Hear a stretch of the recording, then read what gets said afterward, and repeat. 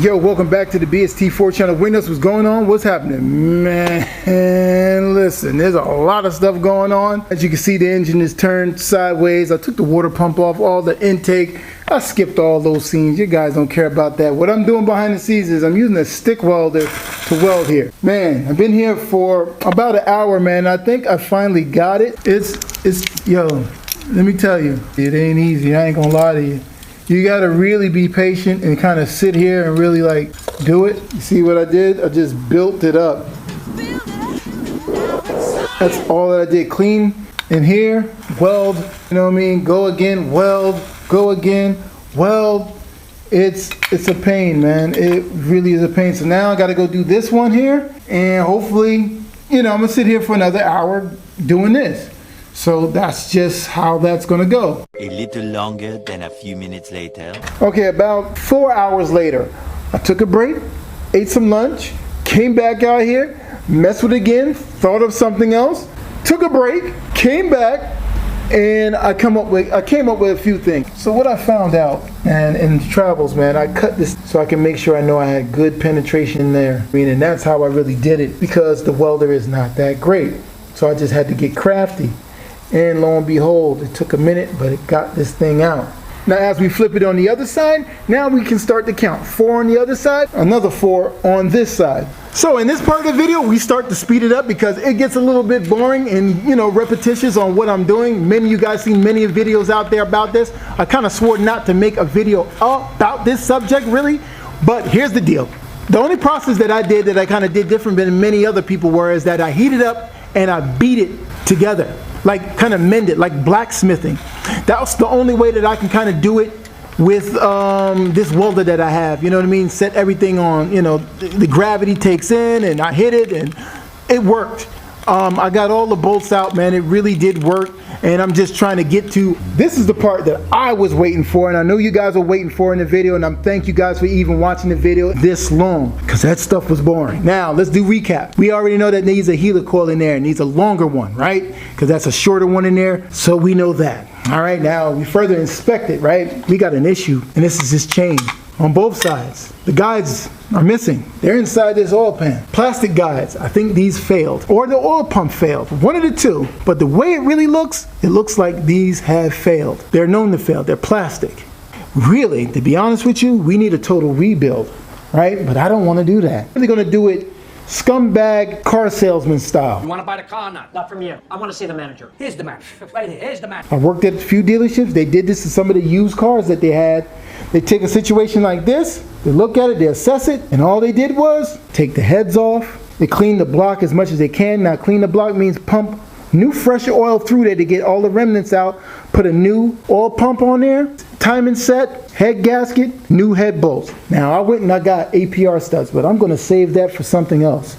So we're going to put in the torque to yield bolts in this situation here. But this is what the used car salesmen do to some of those cars that's out there. Tell me get a Honda. We got the pistons in the neutral position, allegedly, and the cams are definitely in the neutral position. So what we're going to start to do is we're just going to start to tear it down, and yeah, because I just want to tear it down and see what it is. I'm supposed to be waiting for these cam holder thingies. In my head, I just don't give two craps, man. So we're just gonna basically just start tearing this thing down, take the head off at least, because I just need to see what is going on underneath here and all of this stuff here. So let's get right into that. Man, I was really eager to break down this engine, but as you can see, you can find out what's going on with this engine, and it's that piece right there. That is the culprit of why we're breaking down this whole thing. Everything else seems cool. The guides are bad, yes. Everything like that is all bad. Those are bad. That's a given. But really, what's bad about this whole thing is that those daggone plastic tensioners broke down everything. So we just going through the whole thing and just breaking down the whole thing. And as I'm sitting here thinking about it, man, it's like, man, I might as well just rebuild this whole engine. I'm already there. But something about just doing it bare minimum just kind of intrigues me more than just. So what I'm doing is just breaking down the engine, put it back together, crank this mug up and see if the car can run good. And then if it runs good and we run it for a while, whatever, and then we break it down again. So right now we're just gonna go ahead. We're gonna go look at these pistons. We're gonna look at everything, and we can kind of assess what we're gonna do and what is going on, and we can actually start looking at those threads on that head. As far as the pistons, they look good. These marks right here is what I put in to gauge how, when I was doing the compression test, I put something in there. So that's the part that was scraping on here. The cylinder walls, got to remember this engine was sitting for a very long time, one position, and it wasn't seized, thank goodness for that. I do need to clean things up. You know, a lot of oil got into here and everything like that. For first glance, it doesn't look too bad. You know, really doesn't. But the star of the show is this head here. This is the head that's right here. If you look real closely, you can count them. See that one? You can't see that many threads because what they did was, it's not a heater coil in here. They just threaded in the last 3 threads and that was it. We just need to thread this thing over, man. That's really all said and done. It just needs to be done. Helicoil it and keep it moving and go back there. Now with this here, man, you see right here, this oil pickup tube. Look at this, man. I don't even. Wow, that is crazy. You know, it's a lot of crap in here, man. You know, and it makes me think a little bit. I don't know how to gauge this one. Whew. I don't know. Well, I do know. I really need to rebuild the engine. That's really how it's supposed to be done. I mean, really supposed to be done.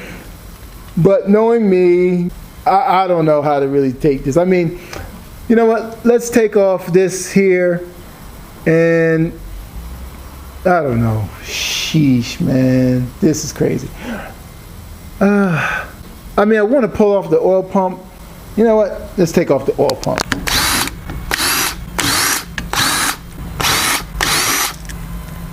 Let's see what we got. It's all right. It's right around, you guys can see it right around there. That's about it. I mean, is it really that bad? Not really. So what we're gonna do is take out this here and see what's up with this.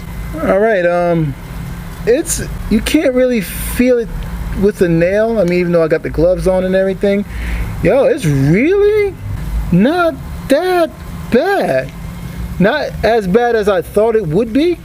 So what we can do is, we're not gonna work with this, but we'll definitely keep this on the side as a reminder to know we got to get that oil pump. I really don't know how to gauge this whole situation here. It's almost like doing a whole rebuild. But like I mentioned in the video, if you guys didn't listen, I don't want to do a total rebuild because I'm going to be trying to wire this thing up in my car. And if it doesn't run properly, you know, everything that I did on the bottom end, it just goes to crap. It didn't break in properly. Things didn't work properly. You know what I'm saying? So, like I said, I just want to get the engine running, get it to a point that is running good, and yank it back out, and then rebuild it, and then put it back in.